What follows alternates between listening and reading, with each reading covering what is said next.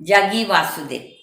இந்த ஜகி வாசுதேவ் இப்போ ஒரு புதுசாக ஒரு பூஜை ஆரம்பிச்சிருக்கார். என்னவன்னா, யார் யாருக்கு குல தெய்வா அண்ட் குல தேவதா பல பிரச்சனைகள் இருக்குதோ வாங்க என்கிட்ட, நான் வந்து உங்கள் பிரச்சனையை தீர்த்து கொடுக்குறேன். இந்த பரதேசிக்கிட்டெல்லாம் போயிடாதீங்க. இவங்கிட்ட போய் நீங்கள் குலதெய்வ பூஜையோ தேவதா பூஜையோ பண்ணி அது இன்னும் அழிவீங்க.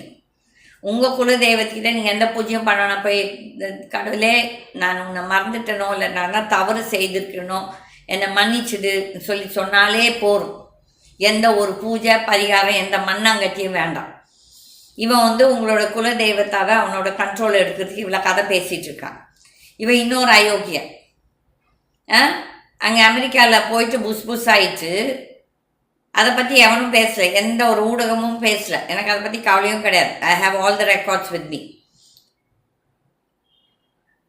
இப்போ வந்துட்டு நீ வந்து பெரிய இங்கே வந்து இப்போ குலதெய்வத்தா குலதெய்வத்தை பற்றி நீ வந்து பேசுறியா Jaggi? You bloody fellow, your conscience will tell. நீ எவ்வளோ பெண்களை நீ கற்பழிச்சிருக்க, எவ்வளோ குழந்தைகள் பெண் குழந்தைகள் அங்கே கற்பழிக்கப்பட்டிருக்கிறார்கள், எவ்வளோ ஆண் குழந்தைகள் அங்கே வந்து இந்த மொலஸ்ட் பண்ணியிருக்காங்கன்னு சொல்லிட்டு உன் மனசாட்சிக்கு தெரியும். ஆனால் நீ நினச்சிருக்க உன் கையில் மோடியும் அமித்ஷா இருக்கிறதால நீ எதையும் செய்யலாம்ட்டு. ஆனால் கிடையாது. எனக்கும் உனக்கும் ஒரு வரவு செலவும் கிடையாது. மாமா மச்சா சண்டையும் கிடையாது, ஒரு மயிர் மண்ணாங்கட்டியும் கிடையாது.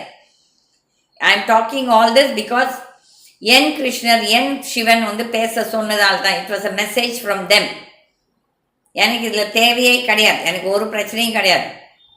ஆனால் பொதுமக்களுக்கு பிரச்சனை வரும்போது கண்டிப்பாக கிருஷ்ணர் என்ன சொல்கிறார், நீ எடுத்து பேசு கீதா, கம்னு இருக்காத. தப்பு நடக்கும்போது தட்டி கேட்கணும்.